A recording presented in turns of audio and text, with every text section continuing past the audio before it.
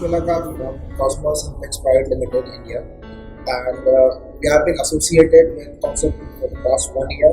And I'm really happy to say that we had a very good experience with them in the past 1 year, and we'll be continuing the same in the coming years also.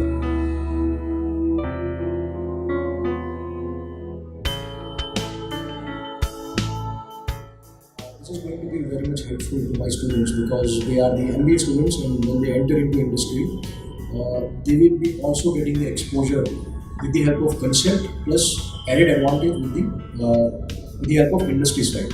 So, Mr. Bhutani has given a very good example from industry also. None of us, including material, we should all be safe in all respects. We don't want to see any accidents. But India में हमारे factories में accidents होते हैं और कितना percentage है, कभी 3%, कभी 2%, कभी 5%. Trainings at different places, but here I found it's more practical, more objective. So yes, of course, we are very good for training. We not take it locally.